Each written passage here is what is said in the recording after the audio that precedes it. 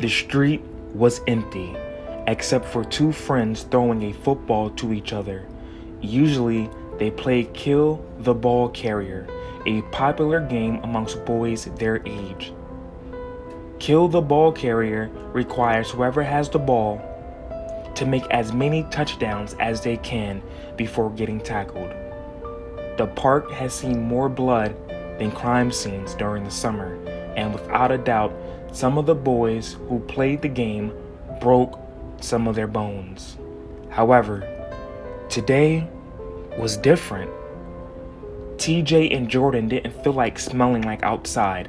Instead, they wanted to simply throw the football back and forth to each other. TJ, do you think anyone is going to play Manhunt later tonight? I think they are. We still haven't finished our last game we played. I know. That game lasted until 2 in the morning. I don't even know how I got away with staying out that late. I'm lucky my mom didn't spank me. I'm grounded for having summer school, but I still snuck out. She didn't say anything to me. If she caught me, I can guarantee you she would have pulled my ears down so hard she would tie them around my chin. As Jordan was talking, he threw the ball harder this time, pretending he was a star quarterback in a Super Bowl game. TJ jumped up and could not catch it. The football had wings and took flight.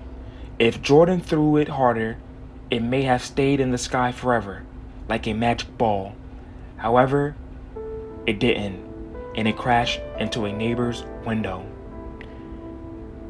TJ covered his eyes when the ball kissed the window. Jordan was getting ready to run. The football hit Mr. Taylor's window. Mr. Taylor was an eccentric neighbor. He despised fun and games, especially children. He always wanted quiet time. One thing about Mr. Taylor that everyone in the neighborhood knew about was he was known for popping any kind of ball that landed in his yard. Maybe he didn't hear it, Jordan. I'll try to go over the fence. It doesn't matter. I'll get us out of trouble. Jordan ran over to Mr. Taylor's house and jumped over the wooden fence. TJ was keeping an eye out for Mr. Taylor. Jordan found the ball, but a few seconds later, there was a shadow hovering over him. What are you doing in my yard? Give me the ball. No, it's ours. You can't have it. Mr. Taylor became enraged and snatched the ball out of Jordan's hands and shoved him on the ground. TJ ran over to help his friend. If you want to taste the dirt like your friend, come closer, you little punk. You know I like silence, and you disturbed my sleep. TJ backed away while Jordan hopped back over the fence and ran over to TJ. Mr. Taylor disappeared inside, still holding the football in his hands. He can't do that, Jordan. We should call the cops on him. Or we can get him back. Get him back how? Jordan and TJ came up with a plan to scare Mr. Taylor.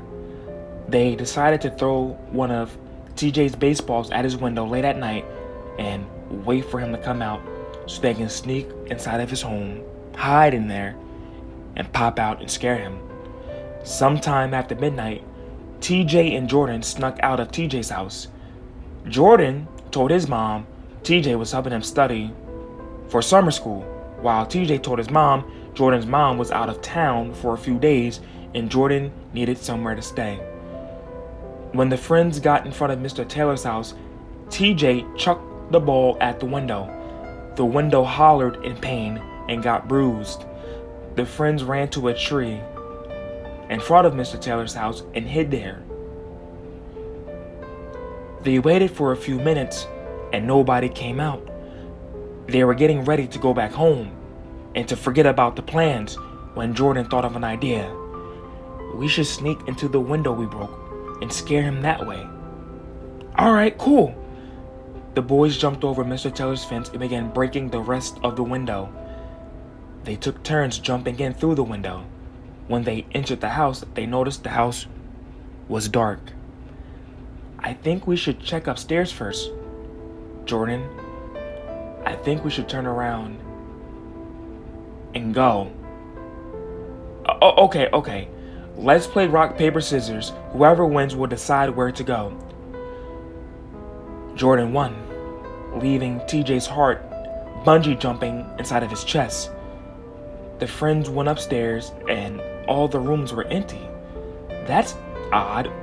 Where is Mr. Taylor? Why doesn't he have furniture? What's going on? Jordan and TJ turned around and went back downstairs. We should leave. Wait! There's a light coming from the basement. When Jordan saw the light coming from under the door that led to the basement, he knew Mr. Taylor was downstairs. This was their chance to scare him. Let's go, TJ. TJ obliged and followed in Jordan's footsteps. Jordan opened the basement door and began creeping down the steps. TJ was right behind him. When they reached the bottom steps, they saw a casket in the corner of the room. They felt a gust of cold air surround their bodies. They looked at each other, and a wave of coldness tap danced on their skin, causing goosebumps to rise. Good evening, boys.